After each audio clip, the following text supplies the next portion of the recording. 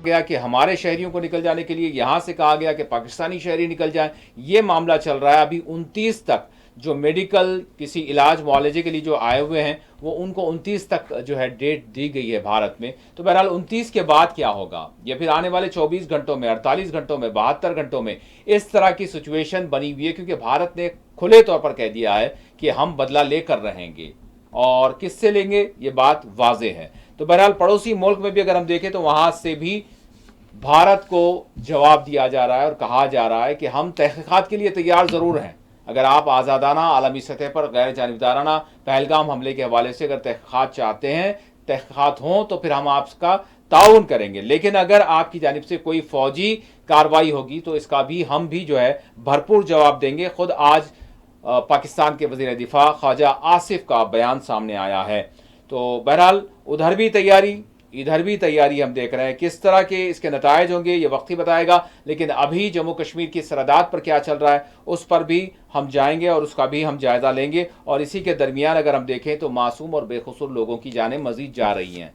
फौजी जो एहलकार हैं उनकी भी जानें जा रही हैं। कुपवाड़ा में आज एक और यानी एक समाजी जहदकार की जान ले ली गई, इसका भी हम जायज़ा लेंगे। अभी कुछ ही वक्त पहले वज़ीर दिफा राजनाथ सिंह की क़यामगाह पर दिल्ली में एक आला सतही सिक्योरिटी इजलास मुनक्किद किया गया, जिसमें हमारे चीफ ऑफ डिफेंस स्टाफ उन्होंने भी शिरकत की।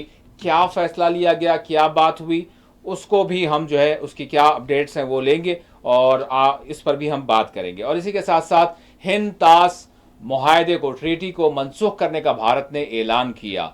और उधर से पाकिस्तान ने भी कहा कि अगर आप ऐसा करते हैं तो हम भी शिमला मुआहदे से सुबुकदोश हो जाएंगे। यानी मामला इंतहाई गंभीर है और इसके असरात न सिर्फ हम जम्मू कश्मीर में बल्कि सारे हिंदुस्तान में, बल्कि सारे सब कॉन्टिनेंट में देख रहे हैं। और आने वाले चंद दिनों में क्या होगा इसका अंदाज़ा नहीं किया जा सकता। ज़्यादा खुशफहमी भी बेहतर नहीं है और ज़्यादा शायद डराना या फिर गोदी मीडिया की तरह ब्रेकिंग चलाना वो भी मुनासिब नहीं है। बहरहाल सूरत हाल हकीकी मानों में क्या है उसका आज के इस प्रोग्राम में हम जायज़ा लेंगे। मेरे साथ इस वक्त स्टूडियो में मौजूद हैं सीनियर यानी सियासी तजियाकार, एडवोकेट, समाजी जहदकार, मेरी मुराद है डॉक्टर सैयद इस्लामुद्दीन मुजाहिद साहब से। डॉक्टर साहब अस्सलाम वालेकुम। नाज़रीन, डॉक्टर साहब से बातचीत से पहले हम रुख करेंगे कश्मीर का। हमारे नुमाइंदे, हमारे साथी शबनम फैयाज हमारे साथ इस वक्त जुड़ चुके हैं। शबनम अस्सलाम वालेकुम। वालेकुम अस्सलाम। शबनम, सबसे पहले मैं जानना चाहूँगा कि सरहदात से जिस तरह की मुसलसल रिपोर्ट्स मिल रही हैं और हम भी खबरें दे रहे हैं कि वहाँ यानी जो जंग बंदी का मामला था उसका किस तरह से वायलेशन हो रहा है। और इसी दरमियान हमने देखा कि एक और बेकसूर शख्स की जान चली गई कुपवाड़ा में। बहरहाल किस तरह के सिक्योरिटी मामलात अंजाम दिए जा रहे हैं और साथ ही साथ किस तरह के चैलेंजेस का सामना है और क्या सिचुएशन है, अगर हम थोड़ा सा इख्तिसारन हर मामले पर नजर डालें तो शबनम जी, जम्मू और कश्मीर में सरहद से लेकर शहरी इलाकों तक। जी बिल्कुल, पहलगाम में जो वाक़या पेश आया था उसकी बड़े अल्फाज में हर तरफ से मजम्मत हो रही है। पूरे मुल्क में इस पे काफी जो है मजम्मत हो रही है और रोज दिखाया जा रहा है। और अगर जम्मू कश्मीर की बात करें, यहाँ पे भी मुख्तलिफ चाहे वो सियासी पार्टियां हों, समाजी हों, मजहबी हों और आम लोग हों, हर एक ने सड़कों पे निकल कर इस पे सख्त एहतजाज किया और ये जरूर कहा कि इस तरह के कत्लेआम की कहीं पे कोई गुंजाइश नहीं है और ऐसे अपराध को सख्त से सख्त सजा मिलनी चाहिए। इसकी वजह से कई ऐसे इकदाम उठाए गए हैं फोर्सेस की जानिब से और जितने भी कई एक ऐसे मिलिटेंट्स जो इस वक्त एक्टिव है उनके घरों को तबाह कर दिया गया है। और कोशिश ये हो रही है कि कोई भी शख्स जो इस तरह के कामों में मुलव्वस है उसको कड़ी से कड़ी सजा दी जाए। वहीं पे जो सरहदों की अगर बात करें तो दोनों ममालिक के दरमियान जो एक तनाव इस मामले के बाद, इस वाक़े के बाद बढ़ गया है, उसकी वजह से दोनों तरफ से अगर गोलियों का तबादला सरहदों पे रहता है, एलओसी पे रहता है, जिसकी वजह से अगर हम अपने मुल्क की बात करें, पुंछ राजौरी हो या उरी हो, गुरेज हो, इन इलाकों में या कुतवा सांबा, इन इलाकों में जो हर एक तरह की जो है कोशिश हो रही है कि आम लोगों को महफूज रखा जाए।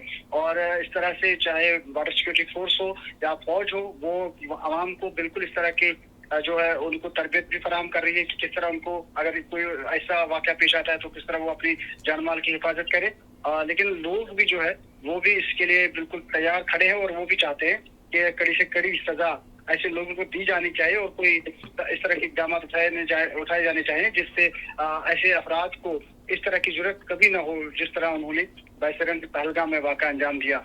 शबनम, जिस तरह से 3 टायर सिक्योरिटी, मतलब अभी तो अगर हम देखें एक बड़ा सानेहा हुआ पेश आया पहलगाम में, जिस तरह से यानी सारा देश सारी दुनिया देख रही है कश्मीर की तरफ, लेकिन इस दरमियान भी अगर खुले तौर पर जो है कोई बंदूक बरदार आते हैं और फिर एक किसी समाजी जहादकार को जो है घर में घुसकर जो है फायरिंग कर देते हैं, तो फिर सवाल बहुत सारे उठ रहे हैं। जी, कुपवाड़ा की बात कर रहा हूँ। बिल्कुल बिल्कुल, अगर हम अपने होम मिनिस्टर की बात करें, वो बार बार कहते हैं कि हालात बहुत बेहतर हुए हैं, लेकिन ऐसा नजर नहीं आ रहा है, क्योंकि आज भी कुपवाड़ा में आपने देखा कि किस तरह से एक शख्स की जान ली गई। रात के 12 बजे उस पर गोलियां चलाई गई, जिससे वो शदीद जख्मी हुआ। उसे फिर श्रीनगर के SMHS हॉस्पिटल पहुंचाया गया, लेकिन वहाँ वो जांबाज न हो सके और उसकी मौत वाक़ हुई, जिसकी वजह से वहाँ लोग भी चाहते हैं कि ऐसे इस तरह की कार्रवाइयां अंजाम देने वाले कौन लोग हैं। और इस तरह अगर पूरी सिक्योरिटी लगी है, छापामार कार्रवाई रहती है, नाके लगे रहते हैं, सर्च ऑपरेशन चलते हैं, तो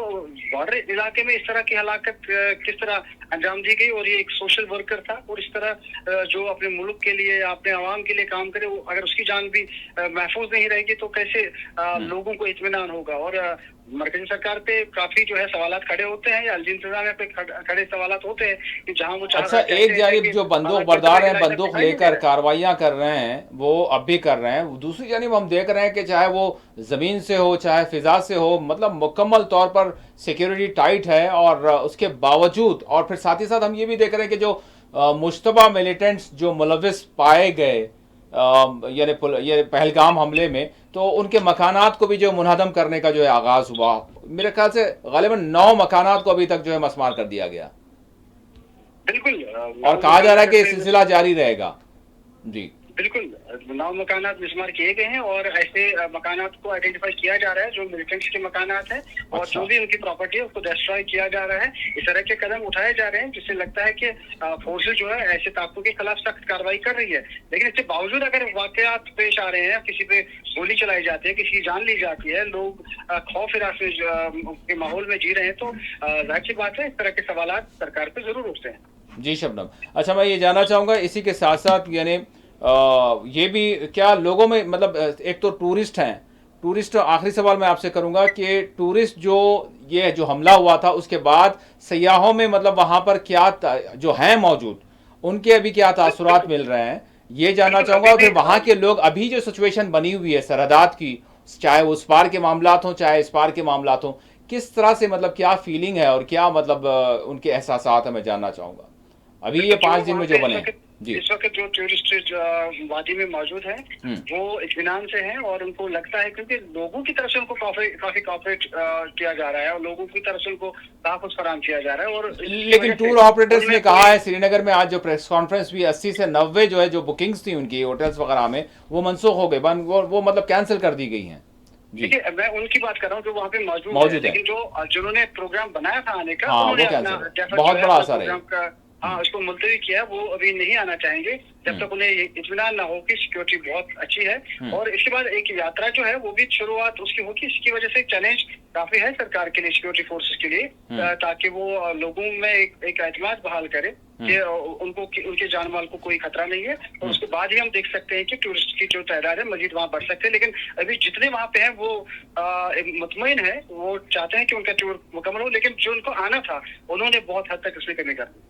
जी, बहुत बहुत शुक्रिया शबनम। और अगर कोई मतलब कोई वाकया, कोई मामला या फिर कोई अपडेट्स होता है तो ज़रूर हम आपसे रब्ता करेंगे और आपसे जो है जो ताज़ा तफसीलात हैं वो हासिल करेंगे और नाजरीन को अपडेट करेंगे। बहुत शुक्रिया, आपने तफसीलात बताई। जी डॉक्टर साहब, अभी आपने सुना कि किस तरह की सिचुएशन है, मतलब एक किस्म की गैर यकीनी जैसी सूरत हाल बनी हुई है। नाज़रीन, आपको बता दें कि ये जो सारा एक जंगी माहौल जिस तरह से बना हुआ है, यकीनन ये एक कौमी मसला है और मुल्क पर बनाई है। तो तमाम पार्टियों को हम देख रहे हैं कि उन्होंने पुलवामा के बाद जो सिक्योरिटी मामलात पर जो सवालात खड़े किए थे, इस मरतबा हमने उनको बिल्कुल मुख्तलिफ पाया। उन्होंने कहा कि प्रधानमंत्री आप तो बस अब हम आपके साथ हैं, आप बस पाकिस्तान पर हमला कर दें। तो सारे मुल्क का जो है बग़ैर किसी पार्टी की इम्तियाज़ के, बग़ैर किसी भी जो है हम ये कहेंगे कि किसी कोई ये नहीं कह रहा है कि ना करें, कोई सवाल नहीं उठा रहा है, बल्कि ये कह रहा है कि अब इसका जो है दायमी तौर पर जो हल होना चाहिए वो कर दीजिए आप। अब प्रधानमंत्री पर मुनहसर है कि वो क्या फैसला लेते हैं।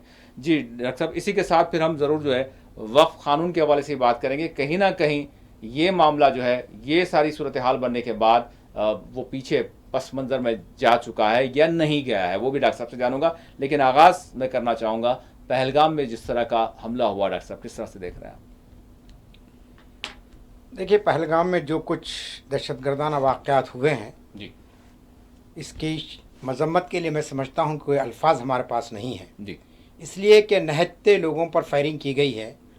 जो लोग वहाँ पर सैर व तफरी के लिए गए थे, खुशियाँ मनाने के लिए गए थे, ऐसे बेगुनाह इंसानों की जानें ले लेना, मैं समझता हूँ कि इन दहशतगर्दों का कोई मज़हब नहीं है।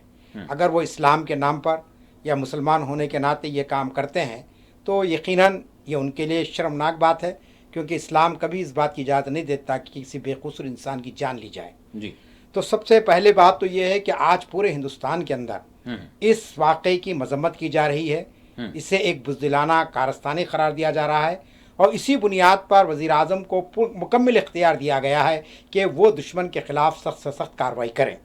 जी। लेकिन सवाल यहाँ पर यह आता है कि पुलवामा के हमले के बाद आप जानते हैं कि वहाँ पर 5 अगस्त 2019 में कश्मीर में जो है ना दफ़े 370 को आपने मनसूख कर दिया जी। और रियासत की तकसीम अमल में आ गई और रियासत की तकसीम के बाद एक यूनियन टेरिटरी बन गई है जी। और जब ये मरकज़ी ज़ेर इंतज़ाम इलाका हो गया तो इसका जो लॉ एंड आर्डर का मसला है, इसकी सिक्योरिटी का मसला है, ये राज जिम्मेदारी मरकज़ की आती है जी। तो मरकज़ ने कहाँ पर उससे कोताही हुई है इस पर जो है सो गुफ्तगू बहुत कम हो रही है, क्योंकि आप जानते हैं कि हज़ारों सयाह वहाँ पर रोज़ाना आते हैं, पूरे मुल्क से वहाँ पर लोग जाते हैं। अब देखिए तफसीलात में समझता हूँ कि कोई रियासत तकरीबन नहीं छूटी है। कर्नाटक से लोग गए, आंध्र प्रदेश से लोग गए, तमिलनाडु से लोग गए वहाँ पर, फिर बैरून मुल्क से लोग आते हैं, तो एक आमदनी का बहुत बड़ा ज़रिया है। और कश्मीरी बार बार यही बात कह रहे हैं कि साहब ये तो हमारे लिए रोज़गार का मसला है, हम किस तरीके से चाहेंगे कि हमारे मुल्क के, हमारे रियासत के अंदर जैसे इस किस्म की कारस्तानियाँ हो। चुनाचे आप देखेंगे कि 35 साल में पहली मरतबा पहलगाम के इस हमले के बाद पूरे कश्मीर में बंद मनाया गया और बिला तखसीस किसी सियासी पार्टी के, सारी सियासी पार्टियों ने उस बंद में हिस्सा लिया और इसकी भरपूर अंदाज़े मजम्मत की है। तो सवाल यहाँ पर यह होता है कि ये जो कुछ वाक़यात हुए हैं, इन वाक़यात के पस पर्दा कौन से अनासिर काम कर रहे हैं उस पर गौर होना चाहिए, एक पहलू है। लेकिन दूसरा पहलू यह है कि जब इतने लोग वहाँ पर जाते हैं और एक वो हसास रियासत है और ख़ास तौर पर पहलगाम का जो इलाका है जो बहुत ही जो है ना हसास इलाका कहलाता है, वहाँ पर किस किस्म के सियानती इंतज़ामात होने चाहिए थे और अगर नहीं हुए हैं तो इसकी जिम्मेदारी किस पर आती है। जैसा कि ये कहा जा रहा है कि 2 यूनिट्स वहाँ पर पहले से मौजूद थे लेकिन उसको वहाँ से उठा लिया गया है, वहाँ पर कोई ख़ास इंतज़ाम नहीं किया गया। अब आप वीडियोस देखेंगे तो मालूम होगा कि सयाह बड़े आज़ादी से इधर उधर घूम रहे हैं, लेकिन दूर दूर तक हमको कोई वहाँ पर यानी कोई फ़ौजी दस्ता हमको नज़र नहीं आ रहा है, कोई जो है सो पुलिस का कारिंदा वहाँ पर नज़र नहीं आ रहा है। तो लाजमी चीज़ है कि जब इतने लोग वहाँ पर आते हैं तो उनकी जान और उनकी माल की हिफाजत करना भी तो उस रियासत की जिम्मेदारी है, वहाँ की हुकूमत की जिम्मेदारी है जो मरकज़ के तहत आती है। अब चूंकि वाक़या हो गया है और उसके अंदर 27 सयाह जो है ना उनकी जानें तल्फ हुई है और उनके ख़ानदानों से यकीनन हमको भी हमदर्दी है और हम भी ये चाहेंगे कि बहरहाल उनको इंसाफ मिले। लेकिन दूसरी तरफ ये है कि आप एक जो है ना जो असल जो दुश्मन है और असल जो उस दहशतगर्द है उसको आप पकड़ने के बजाय शक की बुनियाद पर आप जो है ना लोगों के घरों को उठाते चले जा रहे हैं। अभी जो खबरें गुज़िश्ता कल से हम देख रहे हैं कि मुसलसिल जो है ना वहाँ पे जो कश्मीरी जिनको आप ये समझ रहे हैं कि साहब इनका इस मामले में इन्वॉल्वमेंट है, अब उनके घर को मुनहदिम कर दिया गया है। सुप्रीम कोर्ट ने गुज़िश्ता दिनों आपने देखा कि बाज़ाब्ता वाज़ेह हिदायत दी है कि किसी भी मुजरिम के घर को उस वक्त तक मुनहदिम नहीं किया जा सकता है जब तक कि जो है सो ये साबित ना हो जाए कि वो इस जुर्म में मुलविस है। तो अब आप बताइए कि शक की बुनियाद पर आप जिस तरीके से यूपी के अंदर बुलडोज़र चला दिए है, इसी तरीके से आप कश्मीर के अंदर एक मखसूस इलाके के अंदर बुलडोज़र चला रहे हैं और लोगों के घरों को मुनहदिम कर रहे हैं। तो क्या ये मसले का हल है? अगर वाकई इससे गई हुई जानों को कोई फ़ायदा हो सकता है तो यकीनन आप करिए इससे, या फिर इससे जो है सो हुकूमत को कोई फ़ायदा हो रहा है, वाकई दहशतगर्दी ख़त्म हो रही, तो हम कहेंगे चलिए ठीक है। लेकिन इंतकाम की आग को इस हद तक बढ़ा देना कि जो लोग उस मामले में रास तौर पर बिलवासत तौर पर अभी तक कोई बात उनके सामने नहीं आई है, उनके घरों को जो है ना ज़मींदोज़ कर देना, हम समझते हैं कि ये इंसाफ के बिल्कुल ख़िलाफ़ बात है। और दूसरी तरफ कश्मीरियों की आवाज़ को भी देखिए आप, आप मीरवाइस के जो उन्होंने खुतबा दिया, जुमा का खुतबा दिया है, और जो आल पार्टी मीटिंग जो हुई उसमें इन सारे लोगों ने ये कहा कि जो वहाँ पर वाक़ा हुआ है हम इसकी मजम्मत करते हैं और हम कभी इस बात की इजाज़त नहीं देंगे कि हमारी सरजमीन पर इस तरीके से खून की होली खेली जाए। तो लाजमी चीज़ है कि वहाँ के अवाम को, वहाँ के कायदीन को अगर एतमाद में लेकर काम करेंगे तो बहुत कुछ जो है सो वहाँ पर सुधार लाया जा सकता है। लेकिन अफसोस की बात यह है कि इस मामले को भी बीजेपी की हुकूमत, मैं कहूँ तो गलत नहीं होगा कि इसको भी सियासी रंग दिया जा रहा है, इसको पोलिटिसाइज किया जा रहा है और इसको एक फिरकावाराना रंग देकर पूरे मुल्क के अंदर आप देख रहे हैं कि एक माहौल पैदा कर दिया गया है। और जैसा कि आप जानते हैं कि मीडिया के ज़रिए से ख़ास तौर पर जो ख़ास मखसूस मीडिया है वो किस तरीके से इस मसले को गलत अंदाज में पेश करने की कोशिश कर रहा है। वो कश्मीरी बच्चे जो मुख्तलिफ यूनिवर्सिटीज़ में मुल्क में पढ़ रहे हैं, वो लड़कियाँ जो पढ़ रही हैं मुख्तलिफ कॉलेज़ के अंदर, आप देखिए कि उनके साथ किस किस्म की जो है ना बदसलूकी की जा रही है। अगर ये सूरत हाल बढ़ती जाएगी तो लाजमी चीज़ है कि फिर एक मरतबा एक तनाव का माहौल पैदा होगा, जबकि हर हिंदुस्तानी ये चाहता है कि जो कुछ हो चुका, अब इसकी तहकीक होनी चाहिए और जो लोग उस मामले मुलविस हैं उनको कैफर किरदार तक पहुंचाना ये हुकूमत की जिम्मेदारी है। लेकिन दूसरी तरफ रियासत में अमन को बहाल करना जो बात नहीं है, उस बात को आप डालने की कोशिश कर रहे हैं और उनको जो है ना गलत रुख देने की बात की जा रही है, जबकि पूरे मुल्क के अंदर आप जानते हैं कि 70 से 80% आवाम ये कह रही है कि भाई एक वाक़ा हुआ है और इस वाक़े को किसी तबके से और किसी कौम से जोड़ना भी गलत है। कई गैर मुस्लिमों ने बयान दिया कि साहब क्या गैर मुस्लिमों में कोई दहशतगर्द नहीं हो सकता है, कोई जो है सो कोई हिंदू किसी का कत्ल कर देता है, क्या पूरी मुसलमानों को पर आप अताब नाजिल करेंगे? ये बातें खुद जो है ना उनकी तरफ से आ रही है, लेकिन मीडिया जो है ना बातों को इस अंदाज में पेश कर रहा है कि जिसके नतीजे में लोग ये समझने पर मजबूर है कि वाकई जो है अब कुछ ना कुछ होने वाला है। चुनांचे आप देख रहे हैं कि हुकूमत की जानिब से भी जिस किस्म के ऐलानात हो रहे हैं, यकीनन अगर आप ये समझते हैं कि भाई पाकिस्तान इसमें इन्वॉल्व है और उन्होंने बाज़ाब्ता अपने यानी तरबियत याफ्ता दहशतगर्दों को वहाँ पर भेजा है और उन्होंने इनकी जानें ली है, तो यकीनन इसका इंतकाम लेना चाहिए, कार्रवाई होनी चाहिए। लेकिन ये सोचना चाहिए कि दोनों ममालिक न्यूक्लियर पावर रखते हैं, दोनों के पास न्यूक्लियर हथियार है। अगर आप एक कदम आगे बढ़ते हैं तो लाजमी चीज़ है कि दूसरा जो फरीक खामोश नहीं बैठेगा। आप जानते हैं कि हमारे सुप्रीम कोर्ट के जज मार्कंडे साहब जो बहुत ही यानी हक बात पहने के लिए बहुत मशहूर है, उन्होंने कह दिया कि ये बिल्कुल बेवकूफ़ी की बातें वहाँ पर कही जा रही हैं फ़ौज की जानिब से भी कि हम जो है ना इस तरीके से कर देंगे, इस तरीके से तख्ता पलट देंगे। उन्होंने कहा कि ये सूरत हाल बहुत ही जो है सो गंभीर है और इसमें सब्र और तहम्मुल के साथ हमको आगे बढ़ने की ज़रूरत है। और ख़ास तौर पर एक अजीम मुल्क जो हिंदुस्तान है, इसकी इतनी बड़ी आबादी है, आप जो है ना इस बड़ी आबादी के अंदर गलत प्रोपेगेंडे के ज़रिए से अगर आप जहर फैलने की कोशिश करेंगे तो लाजमी चीज़ है कि कश्मीरियों ने जिस जज्बे का इजहार किया है वो जज्बा उनका मांद पड़ जाएगा और वो ये समझेंगे कि साहब हम इतनी फरागदिली के साथ हम अपनी गलतियों को तस्लीम कर रहे हैं। आपने देखा कि महबूबा मुफ्ती ने कहा कि मैं पूरी कौम से माफ़ी चाहती हूँ इस मामले में कि जो कुछ यहाँ पर वाक़ा हुआ है, हम इस पर माफ़ी चाहते हैं पूरे हिंदुस्तानियों से। अब इससे बढ़कर और क्या अल्फाज हो सकते हैं, मुझे बताइए आप। हालांकि उन्होंने कहा कि ये दर्द की वजह से अखलाकी तौर पर वो बात कर रहे हैं, लेकिन अदरवाइज ये सारी जिम्मेदारी तो आयद होती है। बिल्कुल, उन्होंने कहा कि सरकार से वो रियासत भी नहीं है और वहाँ की जो हुकूमत है वो भी जो है उसको पूरे जो इख्तियारात होने चाहिए वो इख्तियारात आपके पास है, बिलखुसूस दिफा के हवाले से, बिलखुसूस जो है सिक्योरिटी के हवाले से, ये सारी चीज़ें आपके तफवीज़ हैं। डायरेक्टली जो है मरकज़ के ज़ेरे इंतज़ाम जम्मू कश्मीर है, तो सारी जिम्मेदारी आपकी आयद होती है, सारी सिक्योरिटी आपके अंडर है। और ख़ुद अगर पुलिस की भी बात करें तो फिर डायरेक्ट वो जो है अमित शाह साहब के से जो है पूरा लाइन जो है लेते हैं, वो सारी चीज़ें हैं। उसके बावजूद अखलाकी तौर पर हम जो है गमज़दा हैं, तकलीफ हम महसूस कर रहे हैं, जिसकी वजह से हम जो है अखलाकी तौर पर ये अगर माफ़ी तलब भी करते हैं तो, जबकि सारी चीज़ें जिम्मेदारी तो जो है मरकज़ की है, मरकज़ी सरकार की है। अच्छा, इसके साथ साथ अच्छा फिर सिर्फ जम्मू कश्मीर की अगर हम बात छोड़ दें, सारे मुल्क की जो है पुलवामा के मौके पर अगर हमने देखा कि सिक्योरिटी के मामलात पर बहुत सारे सवालात खड़े किए गए थे।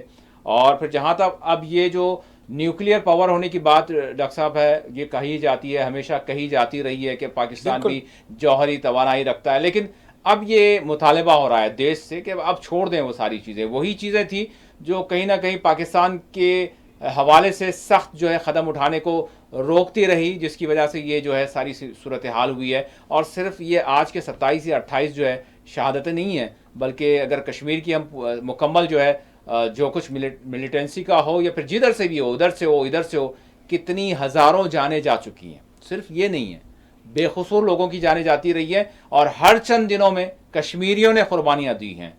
वर्दी वालों ने भी कुर्बानियां दी हैं, आम लोगों ने भी कुर्बानियां दी हैं, खास लोगों ने भी कुर्बानियां दी हैं। तो ये सिलसिला बंद होना चाहिए, लेकिन किस तरह से हो ये बात हो रही है। अब तो जो है यानी तंग आमद तो जंग आमद, अपोजिशन की जानिब से भी ये कहा जा रहा है कि भाई ठीक है, प्रधानमंत्री का जो हमेशा इलेक्शन से पहले भी जो एक नरेशन हुआ करता था कि भाई वो सरकारें जो 2014 से पहले थी वो हमेशा कमजोरी का मुजाहरा करती थी, तो अब मजबूती का मुजाहरा करें, लेकिन दायमी तौर पर मसले का हल करें, मसले का हल करें। अगर आप मसले का हल हमले के जरिए कर सकते हैं तो हमला कर दें।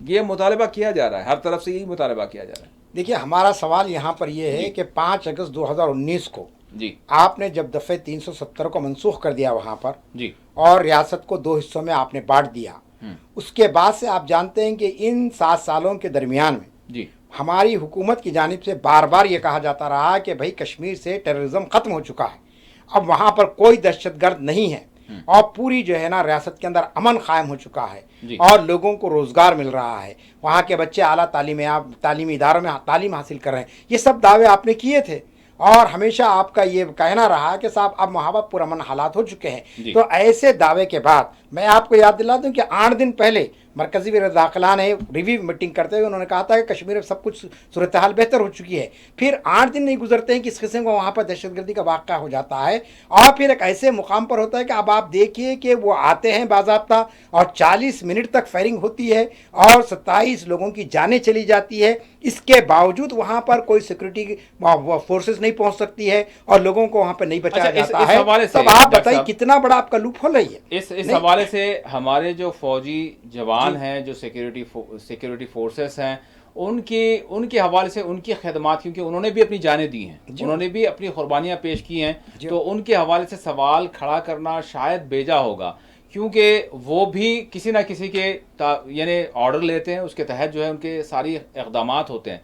तो बात यहाँ पर यही होती है, बकौल प्रधानमंत्री के सियासी विल या फिर सियासी एडमिनिस्ट्रेशन या फिर वो सारी चीज़ें जो खुलकर ली जानी चाहिए, वो कहीं ना कहीं वो खुद कहते थे। हम यहाँ पर एक छोटा सा ब्रेक लेंगे, ब्रेक के बाद फिर हम ज़रूर जो है इंडियन नेशनल कांग्रेस की जानिब से एक यानी प्रधानमंत्री की साबिक़ पुरानी जो उनकी क्लिप थी उसको जो है जारी किया गया, खुद उन्हीं की ज़ुबानी हम सुनते हैं, वो भी कांग्रेस ने उसको जारी किया है, तो हम उस पर बात करते हैं। लेकिन सवाल यहाँ पर यही होगा कि हमारे फौजी जवानों पर कोई सवाल नहीं होना चाहिए, पुलिस पर कोई सवाल नहीं होना चाहिए, क्योंकि वो भी कहीं ना कहीं किसी न किसी जो है ऑर्डर के। मैं आपको उससे पहले बता दूं, खुद फौज के बास कमांडर्स की जाने से बातें आ रही है कि हमको इख्तियारात नहीं दिए गए हैं, हम पर प्रेशर है और इस प्रेशर की बुनियाद पर हम आज़ादी से काम नहीं कर सक रहे हैं। सोशल मीडिया में आप देखिए कई फौजियों के बयान आ रहे हैं, तो हम उसकी तौसीक नहीं कर रहे। हम देखिए, मैं ये नहीं कर रहा हूँ कि सिक्योरिटी फोर्स वहाँ क्यों नहीं गए, सवाल यहाँ पर एडमिनिस्ट्रेशन का है, उन आला अहदेदारों से हमारा सवाल है, हुकूमतों से सवाल है, हमारा सवाल किसी सरकारी मुलाजिम से नहीं है।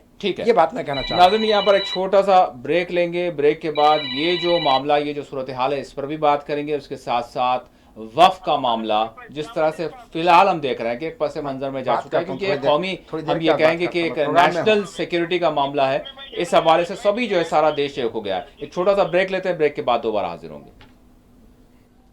मकदम हम बात कर रहे हैं देश की सिक्योरिटी के हवाले से, मुल्क की हिफाजत के हवाले से, लोगों के जान माल के तहफ़्फ़ुज़ात के हवाले से, उनके प्रोटेक्शन के हवाले से और देश की अखंडता के हवाले से। और जिस तरह के हमले हो रहे हैं और जिस तरह से पहलगाम में फिर एक मरतबा हमला हुआ, उसने हमारे सीनों को छलनी किया है, उसने ज़ख्मी कर दिया है, बेकसूरों की जानें लेना यकीनन इससे बढ़कर कोई दहशतगर्दी नहीं हो सकती। अब यकीनन लोगों में एक किस्म का गम व गुस्सा देखा जा रहा है और फिर उस प्रधानमंत्री से मुतालबा किया जा रहा है जो प्रधानमंत्री यानी इलेक्शन से पहले 2014 से पहले जो पिछली सरकारों से सवाल किया करते थे। तो बहरहाल आज सियासत की ज़रूरत नहीं है, बल्कि आज देश की हित में बात होने की ज़रूरत है। शायद इसी वजह से यानी तमाम पार्टियां जिनकी जानिब से मुतालबा किया जा रहा है कि अब ये जिस तरह की दहशतगर्दी हो रही है, इसका परमानेंटली जो है हल होना चाहिए, सल्यूशन होना चाहिए, अब सिर्फ बातें नहीं होनी चाहिए। तो यकीनन इसमें सियासत बिल्कुल भी नहीं होनी चाहिए। और अभी तक तो हम वो देख रहे हैं, लेकिन इसके बावजूद भी हम देखते हैं कि कहीं ना कहीं सियासत की कोई ना कोई बात आ जाती है।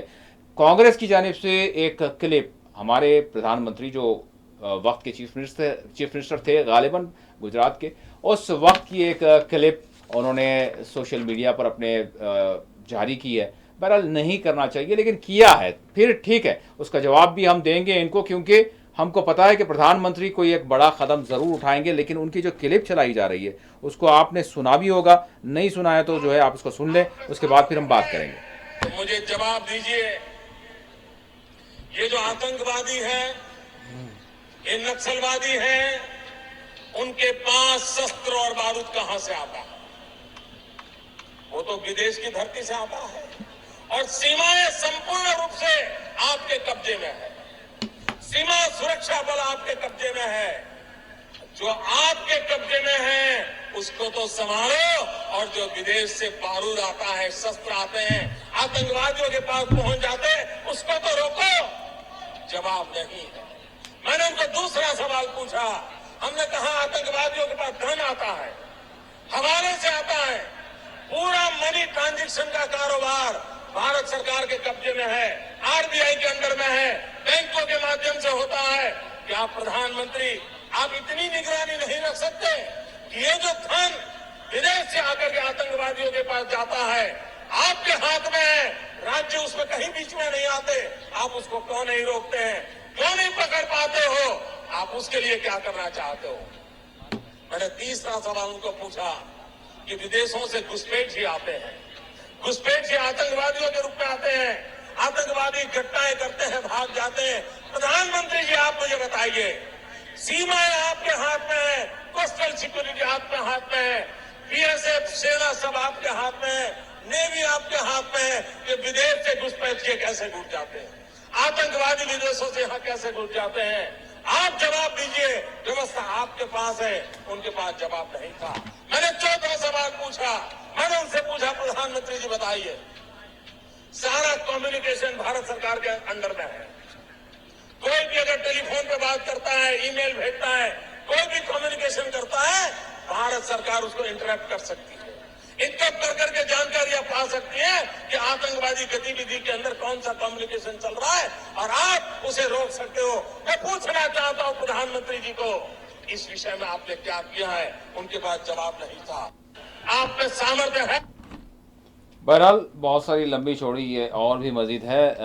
ये कांग्रेस की जानिब से, एक जानिब तो कांग्रेस ये कह रही है कि सियासत नहीं होनी चाहिए, लेकिन दूसरी जानिब प्रधानमंत्री का, यानी वो जो वक्त, यानी 2014 से पहले की बात है, उस वक्त का एक क्लिप निकाल कर वो जो है इसको वायरल कर रहे हैं, और उसी में आज के जो हमारे प्रधानमंत्री हैं वो उसी में जो है उस क्लिप में ये सवालात जो अभी आपने सुने हैं, तो ऐसा लग रहा है जैसे वो आज ही की सूरत हाल हो। तो मतलब डॉक्टर साहब ये शायद नहीं होना चाहिए, और फिर थोड़ा सा वेट भी शायद कर लेना चाहिए। ठीक है, जितने सवालात खुद यानी नरेंद्र मोदी ने उस वक्त की सरकार से, उस वक्त के वज़ीर आज़म से किए थे, तो उस वक्त नहीं हुआ था, लेकिन आज वो सवालात मतलब मौका महल के तहत बिल्कुल ऐसा लग रहा है कि वो खुद अपने आप से सवाल कर रहे हैं। लेकिन शायद कांग्रेस को ये भी सोचना चाहिए कि थोड़ा ठहर जाइए, आप 2-4 रोज़ 5 रोज़ ठहर जाइए, शायद ये जो खुद सवालात हैं, इन सवालात का जवाब मिल जाएगा, एक ठोस कदम उठा लिया जाएगा। जी देखिए, बहरहाल आप न चाहते हुए भी कोई भी मसला हमारी सियासी पार्टियां उसको सियासी रंग दे देती है। जी, कांग्रेस बहरहाल एक अपोजिशन पार्टी है और वो एक मौके की तलाश में थी वज़ीर आज़म को घेरने के लिए। लेकिन दूसरा तस्वीर का रुख ये भी है कि नरेंद्र मोदी साहब जब वज़ीर आज़म नहीं थे जी, तो उन्होंने ये सवाल वक्त के वज़ीर आज़म से किया। जी हाँ, डॉक्टर मनमोहन सिंह साहब से उन्होंने सवालात किए शायद। तो अब जब उनके पास इख्तिदार है तो फिर वो क्या रुकावटें हैं कि वो ये काम नहीं कर सक रहे हैं जो काम करने का उन्होंने मशवरा दिया था उस वक्त के वज़ीर आज़म को। आज आपके पास इख्तिदार है, आज आप जान सकते हैं कि कितने जो है ना दहशतगर्द मुल्क में दाखिल हो रहे हैं, किस तरीके से दाखिल हो रहे हैं, उनको फंडिंग कहाँ से मिल रही है, उनके दरमियान में क्या बातचीत होती है, यही सवाल तो उन्होंने उठाए हैं। तो आप हुकूमत तो वही है, क्योंकि आप जानते हैं हुकूमतें बदलती है तो सिस्टम तो वही बाकी रहता है। हुकूमत है, हाँ, मजबूत हुकूमत है और सिस्टम भी और मजबूत है। देखिए अब तो और भी सिस्टम भी बहुत ज्यादा मजबूत है। अब तो फोन टैप हो रहे हैं लोगों के, अब तो टेक्नोलॉजी, अब तो आप जाने के बहुत ज्यादा टेक्नोलॉजी का इस्तेमाल किया जा रहा है, जब तो उतना ज्यादा नहीं था। तो हमारा कहना यह है कि जब आप जो है ना रियासत के चीफ मिनिस्टर या अपोजिशन में रहकर जो सवालात आपने उस वक्त किए थे, आज आपको इख्तिदार मिला है और इख्तिदार का 11वां साल चल रहा है, ऐसा नहीं है कि 1-2 साल का इख्तिदार है ये। आपने इन 10 सालों के अंदर मुल्क में दहशतगर्दी को ख़त्म करने के लिए और जो दरअंदाज आ रहे हैं यहाँ पर बाहर से जो आ रहे हैं यहाँ पे मुल्क के अमन को ख़त्म कर रहे हैं, तो उनके खिलाफ आपने क्या कार्रवाई की है, क्यों आपने इंटेलिजेंस को इतना मजबूत नहीं किया? क्यों यहाँ की जो भी जो है ना आपके नहीं यहाँ की जितनी एजेंसीज है सब मजबूत है। ये देखिए, ये जो हमला हुआ है, पहलगाम का हमला लीजिए या पुलवामा का हमला लीजिए, इसमें हर आपका जो है ना जो भी फौजी का माहिर है वो ये कह रहा है कि साहब इसमें बहरहाल कोताही हुई है। अब ये कोताही किस नौयत की हुई है तो तहकीकात के जरिए सामने आएगी। बगैर कोताही के ये मसला, ये इस तरीके के वाक़ात नहीं होते हैं। तो इसकी राज जिम्मेदारी जैसा कि कहा जा रहा है कि मरकज़ की होती है, कि मरकज़ी हुकूमत को जिस तरीके के इक़दाम वहाँ पर करने चाहिए थे वो इक़दाम आपने नहीं किए। कदम उठाएंगे शायद। अब इसका मतलब ये नहीं है कि जो है वज़ीर आज़म इस्तीफ़ा दे दें, इसका मतलब ये नहीं है कि वज़ीर दाखिला इस्तीफ़ा दे दें, इसका मतलब ये नहीं है कि वज़ीर दिफा इस्तीफ़ा दे दें। देखिए हमारे मुल्क की पुलवामा के वक्त भी यही कहा जा रहा था, पहलगाम के मौके पर भी जो है थोड़ा सा वक्त दे दें। ये जितने सवालात खड़े किए जा रहे हैं, हो सकता है बड़ा कदम उठाया जाएगा जो पिछली सरकारों ने सोचा भी नहीं था, क्योंकि प्रधानमंत्री बार बार कह रहे हैं, यानी दुश्मन को मुखातब करते हुए कि आप तसव्वुर भी नहीं कर सकते वो जो है आपको सज़ा दी जाएगी। तो अभी तो 22 तारीख को ये हमला हुआ है, 23, 24, 25, 26, 27, आज 5 दिन हुए। थोड़ा सा और ठहर जाए, 2-4 रोज 5 रोज और देखिए सबको जवाब मिल जाएगा। देखिए नाजुक हालात के अंदर इस किस्म का इंतजार नहीं होता है। नहीं तो क्या जैसा देखिए किसी शायर ने कहा है कि तारीख के जब सरकारों से आपने इस तरह से सवाल नहीं किया, लम्हों ने गलती की थी तो सदियों ने सजा पाई है। हम ये कह रहे हैं कि अगर आप समझ रहे हैं कि कोई हमला कर सकते हैं तो सारी अपोजिशन पार्टी ने कहा कि आप एकदम हमले की बात नहीं कर रहे हैं। यहाँ पर हम ये कह रहे हैं कि साहब आप जिस किस्म का जवाब देना चाहते दीजिए पाकिस्तान को, कौन आपको रोक रहा है? अब आप जानते हैं कि मुसलमान निकल कर आए, पूरे मुल्क के अंदर एहतजाज हुआ। आपको मालूम नहीं, पहली मरतबा आपने देखा होगा कि बड़ी शिद्दत के साथ मुस्लिम पार्टियों ने इस पर एहतजाज किया, मजहबी जमातों ने इस पर एहतजाज किया, आम मुसलमान ने, आम मुसलमानों ने इस पर एहतजाज किया। हाँ, खुद हमारे शहर के पार्लियामेंट रुकने पार्लियामेंट जनाब असदुद्दीन ओवैसी साहब ने एहतजाज किया, चीफ मिनिस्टर के साथ वो खुद जैसे कैंडल मार्च में शरीक रहे। अब इससे बढ़कर आपको और क्या चाहिए? कि हम तो ये कह रहे हैं कि साहब ये मुल्क हमारा है और इस मुल्क पर अगर कोई हमला होता है और यहाँ इंसानी जानें जाती है तो इस पर हमसे ज़्यादा और कोई जो है ना गमज़दा नहीं हो सकता है। लिहाजा हम हुकूमत को पूरा इख्तियार दे रहे हैं कि आप काम कीजिए, आप जो है ना इक़दाम कीजिए। क्यों आप इक़दाम करने में पीछे हट रहे हैं? तो सवाल ये धमकियाँ तो दी जाती रही है, धमकी नहीं बोला जा सकता इसको। बाज़ाब्ता अगर कहा गया तो किया जाएगा। देखें आप, पुलवामा के बाद कहा गया था कि सजा दी जाएगी, सर्जिकल स्ट्राइक की गई, अभिनंदन को भेजा गया। तो मैं आपसे जानना चाहूंगा कि अभी भी तो थोड़ा सा वक्त दें आप कि पहलगाम का ये हुआ है, अभी लोग यानी लोग इधर से उधर हो रहे हैं, 48 घंटे अभी तो खत्म हमारे अभी 29 तारीख तक अभी जो मेडिकल पर्पस पर जो भी जो है इलाज मुआलजे के लिए आए हैं उनको भी जाने के लिए बात की गई है। तो इधर से आदान प्रदान वाला मामला हो जाए, कुछ तैयारियां, उसके बाद जरूर जो है जवाब दिया। हमको पूरा यकीन है और सभी को जो है सारे नेशन को यानी एक मजबूत प्रधानमंत्री पर पूरा यकीन होना चाहिए, और मगर इतनी जल्दी नहीं करना चाहिए।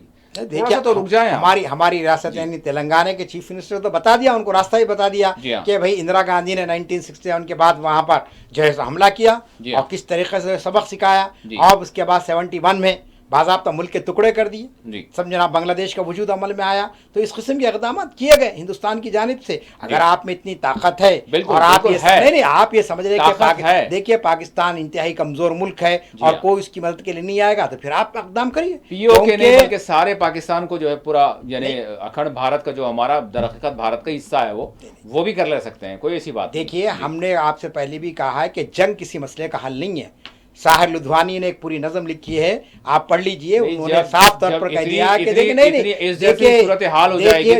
जंग किसी मसले का नहीं है, जंग जो है ना और मसाइल को पैदा करने वाली चीज का नाम है, अपोजिशन खून है, उसके लिए कुछ भी हो जाए। तो ये जो धमकी आमेज लबो लहजा हुकूमत इस्तेमाल कर रही है, हम तो जो पाकिस्तान इस्तेमाल कार्रवाई कर रहे हैं, दहशतगर्दी के खिलाफ हम कार्रवाई करेंगे, हिंदुस्तानियों की कार्रवाई करेंगे, हिंदुस्तानियों की जो भी उसका हल हो सकता है, जिस अंदाज में भी हो सकता है वो किया जाएगा। मैं आपको बता रहा, हिंदुस्तानियों की जो हमदर्दी है वो उन लोगों के साथ है जो इसमें शहीद हुए हैं, और हिंदुस्तानी ये चाहते हैं कि इस मसले का कोई हल निकल जाए। आप कश्मीरियों की बात करते हैं, आप देखिए कश्मीरी जो है ना पिट रहे हैं दोनों तरफ से, दोनों ममालिक की वजह से। और आप देख रहे हैं कि किस तरीके से अब इस वाक़े के बाद उन पर जो मुख्तलिफ किस्म के जो मसाइब और मुश्किलात आ रही हैं। अब आप बताइए 35-40 साल से ये मसला चल रहा है और ज़ख्मी यानी कश्मीरियों के जो है ना ज़ख्म रिश्ते भी ख़त्म नहीं होते हैं। अब ये उम्मीद पूरी रखनी चाहिए कश्मीरियों को भी कि इंशाल्लाह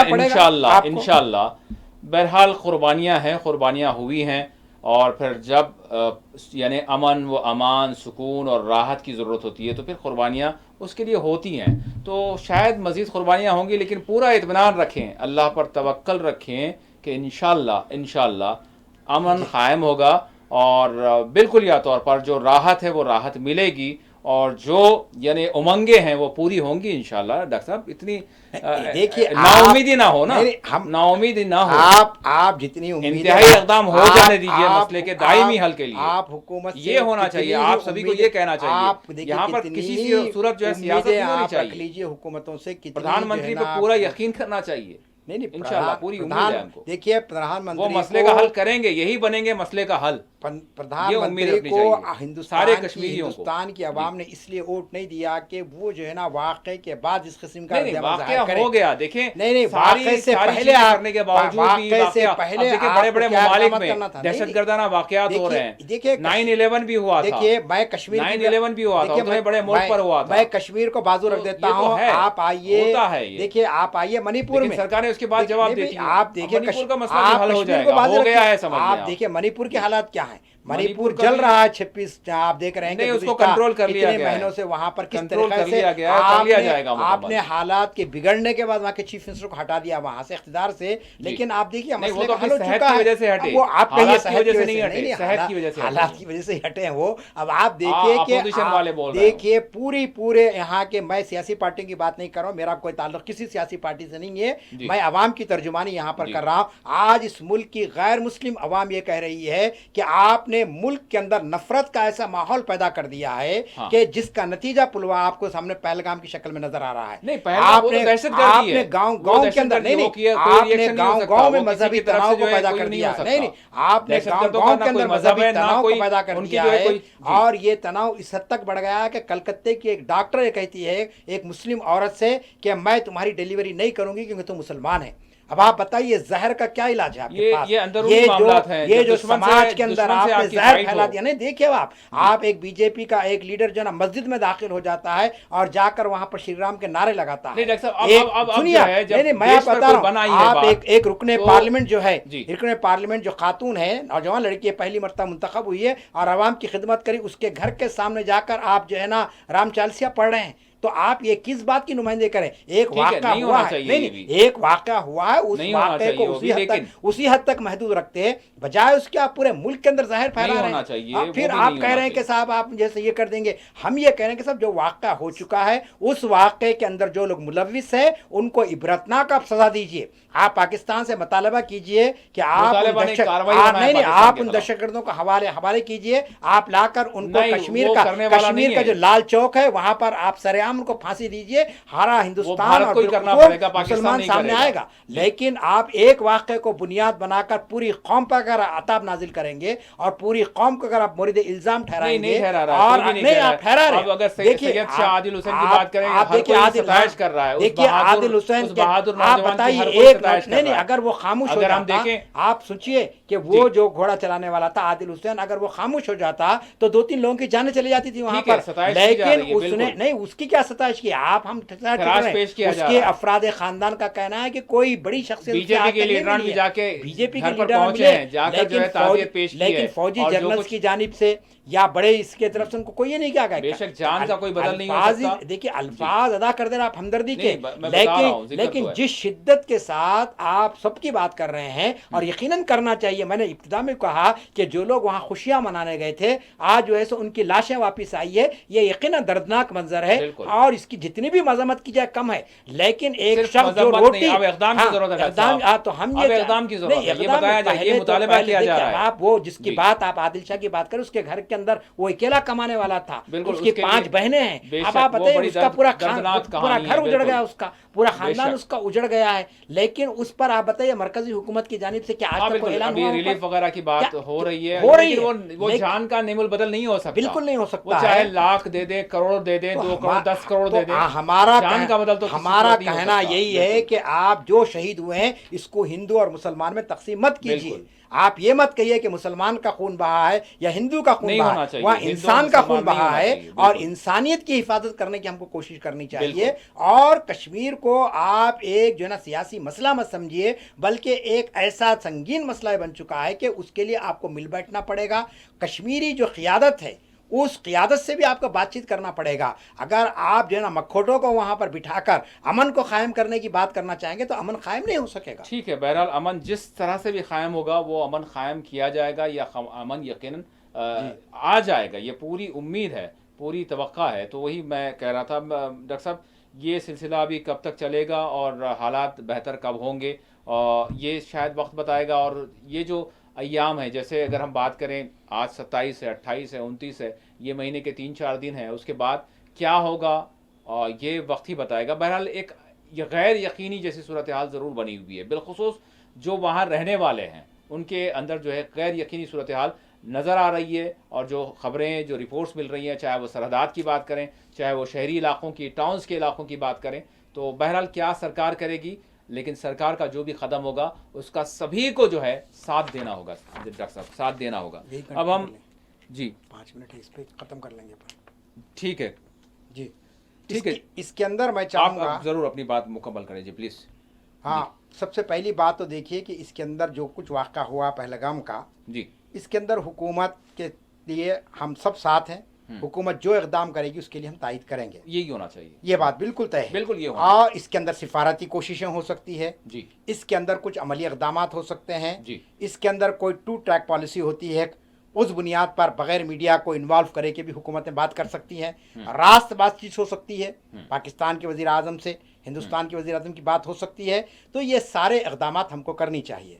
दूसरी बात मैं आपसे ये कहना चाह रहा हूँ कि इस वक्त कश्मीर की जो सूरत हाल है और वहाँ पर आप जो है ना लोगों को जीतने का काम करें, वहाँ पर लोगों के दिलों को जीतने का काम करें, उनकी एतमाद शिकनी ना करें। वो लोग जो खुलकर आए और उन्होंने उसकी मजम्मत की, इस बेईमाना कारस्तानी की, और फिर मेहमानों को उन्होंने पूरी तरीके से अच्छे अंदाज में विदा किया वहाँ से, जो लोग वहाँ पर खैर आफियत से वापस आए अपने मकानों को, घरों को। तो आप जानते हैं कि इस एतमाद शिकनी को नुकसान न पहुँचाएं, और उसके लिए तरीक़ाकार यही है कि आप बिला वजह के वहाँ की आवाम को कोई तकलीफ देने की कोशिश ना करें। तीसरी बात जो हुकूमत ने कही है कि साहब फ़लाँ तारीख तक सारे लोगों को यहाँ से निकल जाना चाहिए। हम देख रहे हैं कि वीडियोज़ बाज़ आ रहे हैं सोशल मीडिया पर कि लोग हार्ट के मरीज़ हैं, कोई जो है ना फालिज का मरीज़ है, कोई इलाज के लिए पाकिस्तान से आया है, तो लिहाजा उनको कुछ तो मोहलत दी जाए।